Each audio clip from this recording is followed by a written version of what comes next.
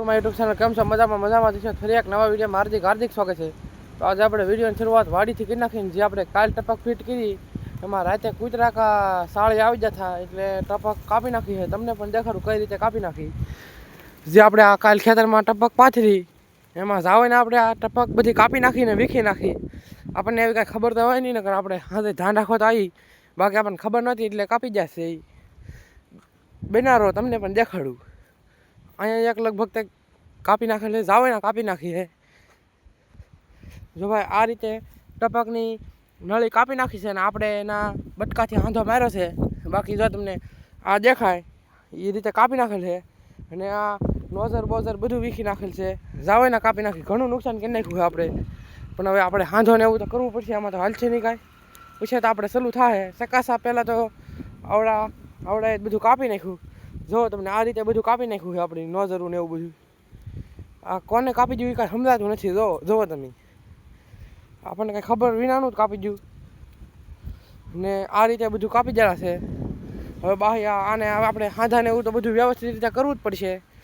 એટલે આપણે હાંધાને એવું કરવાનું છે. બાકી હજી બીજે 2-3-5 સેકાને કાપી નાખેલે દેખાડું તમને. બાકી આજ કાકાની એમાં ટપકને એવું બધું ફિટ થાય છે. ટપકને એવું સકાસને બધું થઈ જાય ને ટપકને એવું વ્યવસ્થિત રીતે ફિટ થઈ જાય પછી આપણે આમાં કાગળને એવું બધું પાથરવાનું છે.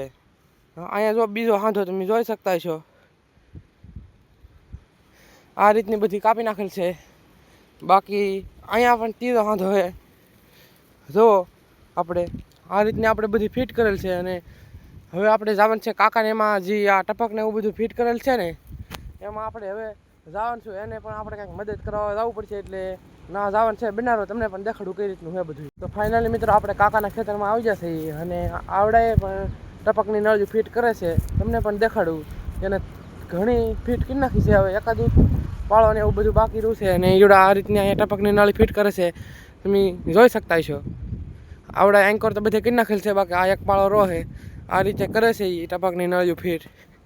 અને આજમાં એને ફિટ કરી એટલે એ તો ડાયરેક્ટ આજમાંથી બધું સકાશ નહીં એવું કરી નાખશે. અને પછી એને પણ કાગળ ફિટ કરવાનું છે. તો વિડીયો તમે બનાવી રહેજો વિડીયોમાં, એટલે તમને ખબર પડી જાય. અને નોઝરને બધું વ્યવસ્થિત રીતે ફિટ કરી નાખ્યું છે. અને આપણે પાણીની મોટરને એવું ચાલુ કરી નાખ્યું. હવે આપણે ટેસ્ટ કરવાનું છે વ્યવસ્થિત છે ને બધું. અને આ રીતની બધી ટપકની કાંઈક ઓલી છે, તમે દેખાતું છે તમને કેમેરામાં. આ રીતે એટલી નોઝરમાંથી શિફ્ટમાંથી પાણી નીકળે છે. અને આ ટપક પદ્ધતિ કહેવામાં આવે છે આને. આને ડ્રીપે કહેવામાં આવે.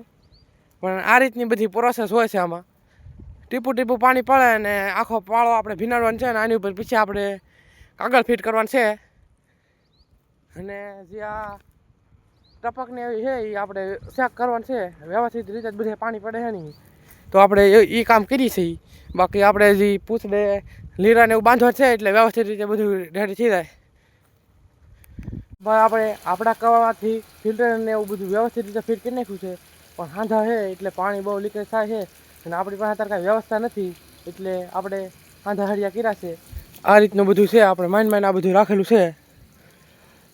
આપણી પાસે હજી પૂરતી વસ્તુ નહીં એટલે આ રીતે આપણે કરેલ છે. ને આપણી ખેતરમાં આપણે ટપક તો ચાલુ કરી નાખેલું છે. અને અહીંથી આવી રીતે પાણી જાય છે. અને આ ફિલ્ટરની આવી રીતે પ્રોસેસ છે કાંઈક. અને આ રીતે બધું છે.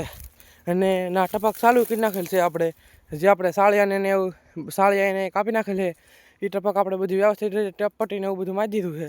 અને ચાલુ કરી નાખી છે. અને હવે આપણે જવાનું છે કાકાને એમાં. પહેલાં આપણે પાથરવાનું છે કાગળ. એટલે ના જવાનું છે કાકાને એમાં મર્ચિંગ કરવા. એટલે વિડીયોમાં બને રહેજો તમને દેખાડું. ફાઇનલી મિત્રો આપણે એમાં ટપકને એવું બધું કામ પતાવીને આપણે આવી જઈએ કાકાની એમાં મર્ચિંગ ફિટ કરવા. આ રીતનું આપણે કંઈક મર્ચિંગ ફિટ કર્યું છે. જોઈ શકતા છો તમે. આ રીતનું આપણે મર્ચિંગ ફિટ કર્યું છે. અને આમાં રિજલ સેટ છે ટપક ને આ આપણે કાગળનો સિલ્વર કલર છે. અને તમે કોને આ મર્ચિંગ કર્યું છે એ જરીક કોમેન્ટમાં બતાવી દેજો. અને અહીંયા થતો છો મસ્ત મજાનો સનસેટ. અને આપણે એમાં પણ હજી આપણે મર્ચિંગ ફિટ કરવાનું છે. અને બાકી તો આ રીતનું બધું છે. ને આપણે અહીંયા એકાદું પાળો બાકી રહેલો હોય, બાકી તો આખામાં ફિટ કરી નાખ્યું છે. અને આવડા અહીંયા મર્ચિંગ ફિટ કરે છે. તો ફાઇનલી મિત્રો આપણે કાકાને એમાં તો કાગળ પાથરી દીધું છે.